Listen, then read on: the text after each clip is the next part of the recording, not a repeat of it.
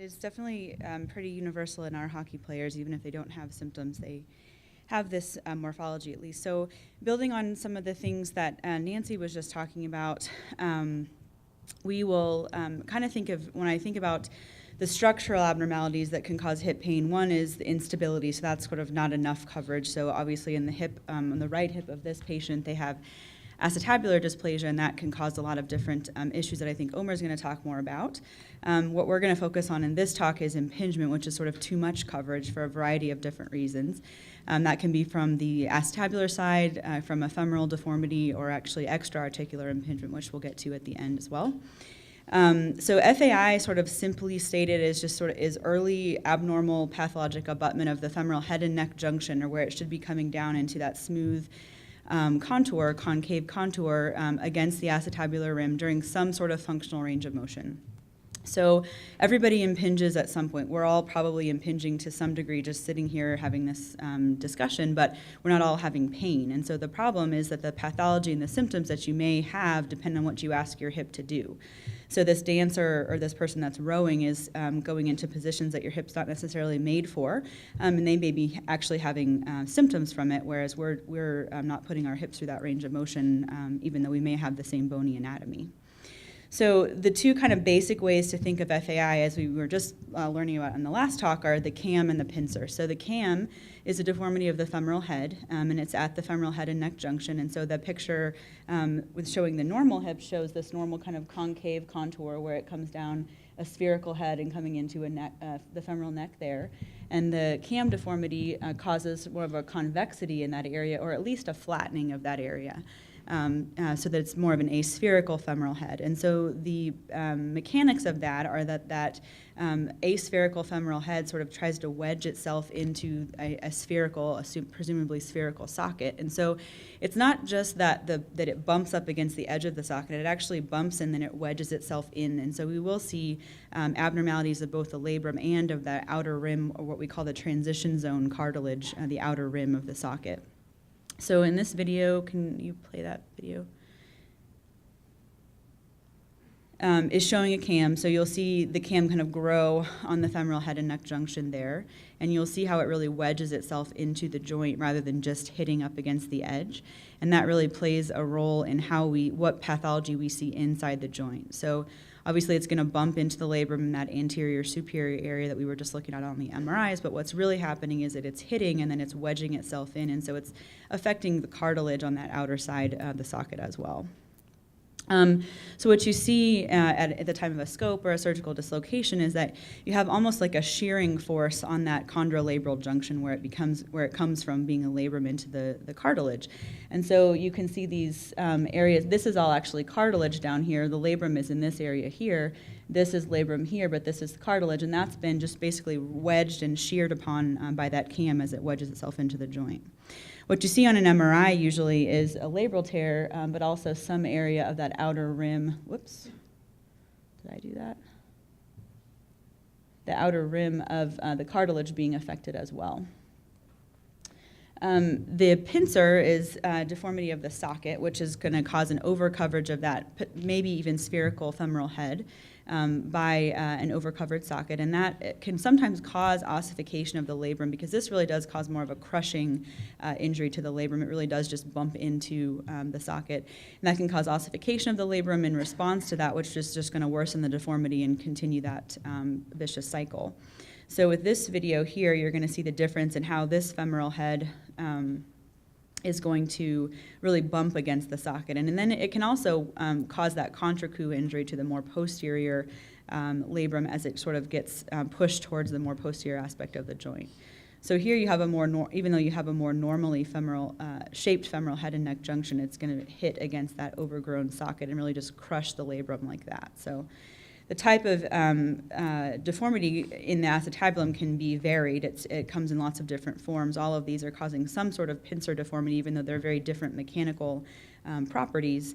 But the end result of what you see a lot of times is sort of a thinned out degenerative labrum that oftentimes this presents in an older patient, maybe like a 40-year-old or 30-year-old patient, and they're going to have potentially some ossification already, some degeneration, a lot of times a very thin labrum that's not able to be repaired that plays a role in how you'll treat it. Subspine impingement is technically an extra-articular impingement because it's really a prominent AIIS that is impinging on the femoral neck. The impingement on the femoral neck occurs in a location that's a little bit away sometimes and more distal on the anterior femoral neck than the regular cam lesion.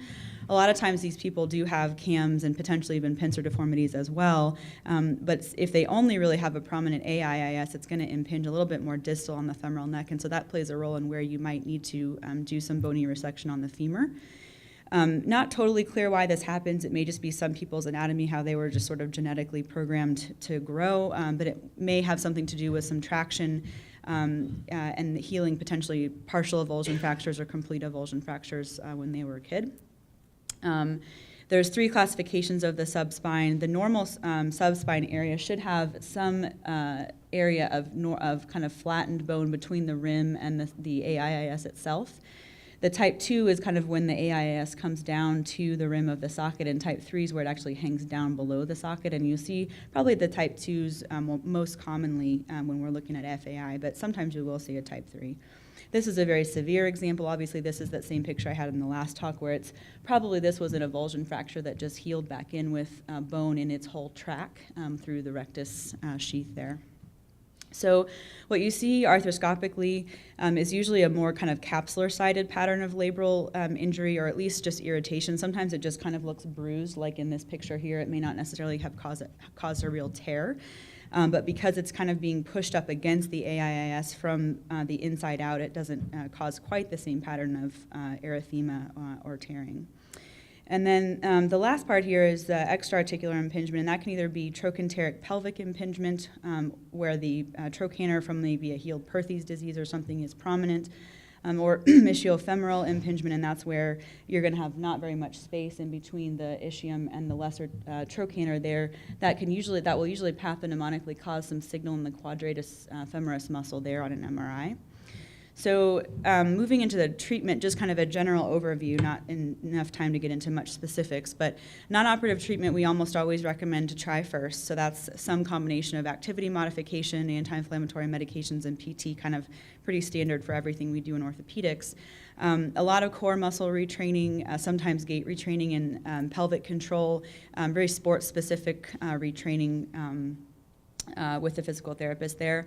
Injections are very commonly performed, but I think Jamie will delve into this a little bit more. They're not always as reliable as we wish they were.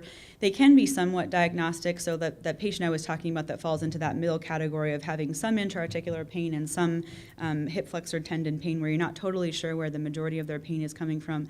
Sometimes an intra-articular injection will take all their pain away and then you know what track to go down. Sometimes it doesn't though, and then you're still left in kind of that same position. They can sort of get someone through the rest of a season if you're planning on doing a surgery after the season or things like that to do an intra-articular injection.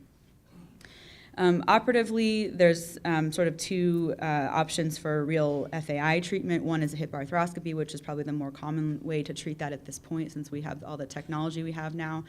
A surgical hip dislocation, I think, is at this point probably saved mostly for really severe deformities or things that you don't think you can do a great job on with the hip arthroscopy with the limitations of where the vessels are and things like that we were talking about before. And then sometimes a combined case, if someone does have FAI and dysplasia, you may need to do an arthroscopy to address the intra-articular portions and then a PAO at the same time or in some staged fashion to address the dysplasia. Because you can't put the bone back with an arthroscopy, really you can only take it away and make it worse. Surgical hip dislocation gives you a great view of the joint. Obviously, you can see everything in there, 360 degrees around the femoral head and neck junction, but it is more invasive and does require a trochanteric osteotomy and things like that. So it's not performed as commonly for FAI at this point. Hip arthroscopy is definitely more common. You can kind of treat the things inside the joint and also the AIIS problem. So you can repair labral tears, do labral reconstructions, shave away cam lesions, and sort of shave away bone on the AIIS.